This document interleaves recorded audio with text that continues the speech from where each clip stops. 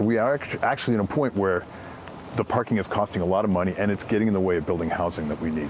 Vancouver City Councillors are reviewing a plan that would get rid of minimum parking requirements to make building homes easier in the West End and along Broadway. But if developers don't have to add parking stalls, some say it could make street parking tougher to find. Parking's very expensive on the street as it is, and there's really not a lot of it. Yeah.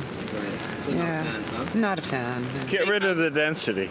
Never mind the parking. Get rid of the density. You know, I'm actually one of those people that doesn't really mind walking, so I'm actually not really that opposed to it. Historically, city staff say minimum off-street parking requirements were designed to ensure all cars associated with the building can park on the property without having to rely on street parking. But Vancouver City Councillor Pete Fry says there are more parking stalls in the West End than there are registered vehicles, and the cost makes housing development more expensive.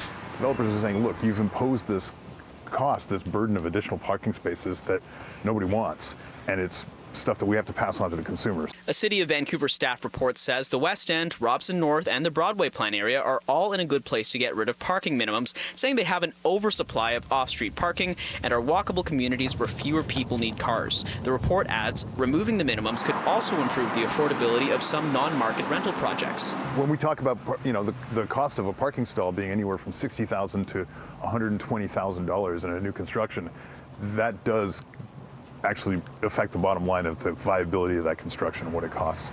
In this period of incredibly high housing costs, West Enders are thinking about how to stay in their neighborhood, not park in it.